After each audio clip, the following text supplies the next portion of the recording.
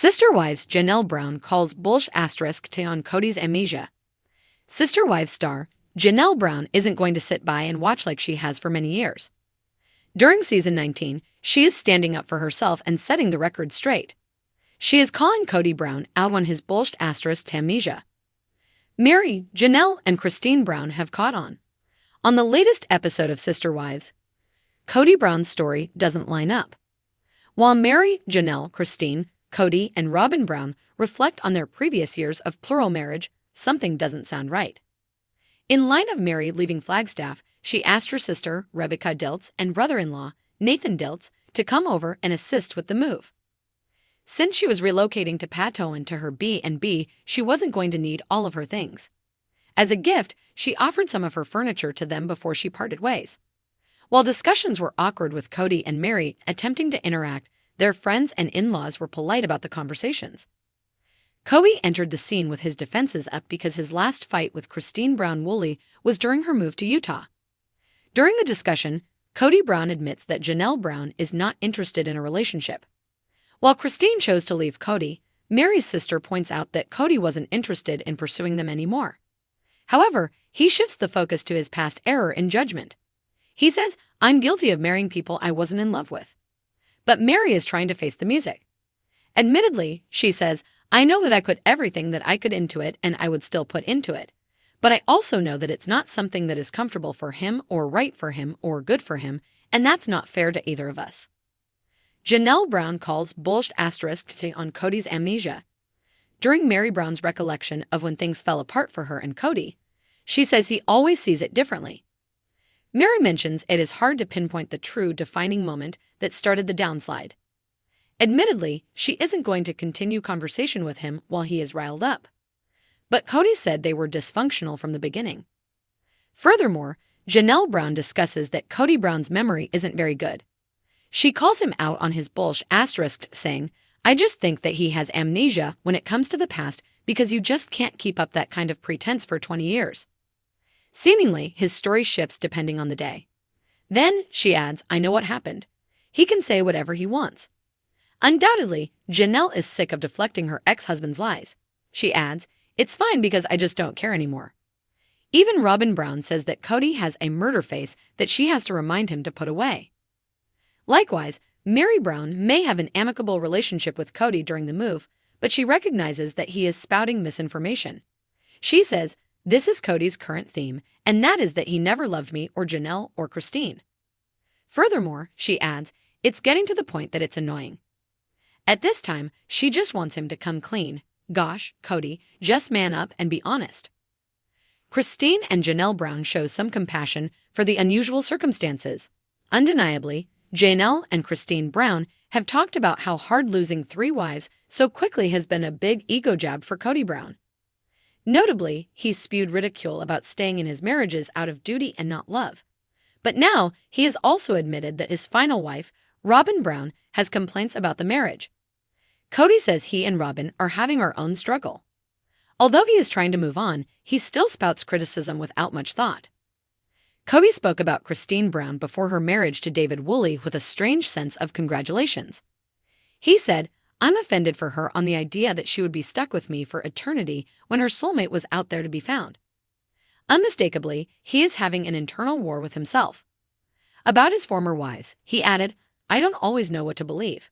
The eternal marriage. Jesus said not to get divorced, but it's a big concept." Furthermore, he says, "I don't know what to think about it other than it offends me to think that I would be stuck with those 3 women. It literally does it. It's like it offends me to think that God would cause me or them to suffer." Janelle Brown had always been the steady one, the rock in the swirling sea of plural marriage life. When things got chaotic, she held firm. But today, as she listened to Kody's latest memory lapse claims, the calm resolve she was known for was slipping through her fingers like water. Her face barely concealed her frustration. "Are you kidding me?" Janelle's voice was low, the kind of controlled simmer that only the other wives would recognize as dangerous. Kody had been going on for the better part of an hour about how he didn't remember conversations, promises, or dates. Somehow, all his amnesia conveniently aligned with every time he was supposed to step up, fulfill his promises, or be accountable for something he'd agreed to. Kody blinked, the sheepish grin on his face infuriatingly familiar. Honestly, Janelle, I guess I forgot. I mean, I don't know what you're talking about. Janelle took a deep breath, her eyes narrowing as she studied him. Kody, this is the third time in a month that you've forgotten something important to me. You seem to remember every single football game schedule, every birthday of every person in your buddy's circle, but when it comes to basic promises here at home. Her words trailed off, her meaning clear. Kody shifted uncomfortably, glancing at the door as if it might offer an escape. The kitchen, the den, anywhere was better than the intensity of Janelle's scrutiny right now. But she wasn't going to let him off that easily. Cristin, listening from the other side of the room, raised an eyebrow. The words were barely out of her mouth before Kody jumped in to defend himself, but Cristin cut him off. Kody, we all know you like to believe you're stretched thin. But when's the last time you've actually listened to us? Mary, who'd been silent for most of the discussion, finally chimed in. Exactly. This amnesia thing isn't just about memory, Kody. It's about us.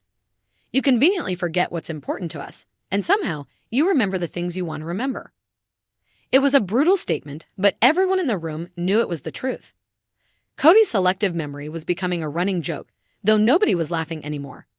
It was more like an unspoken frustration that bubbled up in small moments, only to be quickly smothered for the sake of peace. Kody sighed, running a hand through his hair. Come on, you're all ganging up on me. I'm not a bad guy. I do my best. Janelle's patience snapped, her voice sharper than she intended. Do you? Because if this is your best, Kody, then we're all in serious trouble. The tension in the room was thick enough to slice through. Robin shifted in her seat, her eyes darting between Kody and the other wives. There was a part of her that wanted to defend him, to remind them all of his good intentions. But even she was beginning to question just how much of Kody's forgetfulness was genuine. Janelle stood up, arms crossed. Kody, I've backed you up more times than I can count. I believed in you, in this family, but lately it's like you're not even trying. We're not here to be your safety net, a convenient place to drop all your responsibilities while you go live your life the way you want. Kody opened his mouth to respond, but Janelle raised a hand, silencing him. Let me finish. We're all tired of being left on the sidelines while you chase whatever shiny new thing catches your attention. You made commitments to us, and we're not going to keep letting you forget them. Cristin nodded, her voice softer but no less resolute. We all signed up for this life, Kody, and we're here trying to make it work. But we can't keep doing that if you're just going to check out every time things get tough. A silence fell over the room, heavy and fraught with unspoken words. Kody's face was a mix of defensiveness and hurt, but he said nothing. Perhaps he sensed that, for once, nothing he could say would fix things. Or maybe, just maybe, he was finally hearing what his wives had been trying to tell him for years. Mary, usually the most hesitant to speak up, finally looked him squarely in the eyes.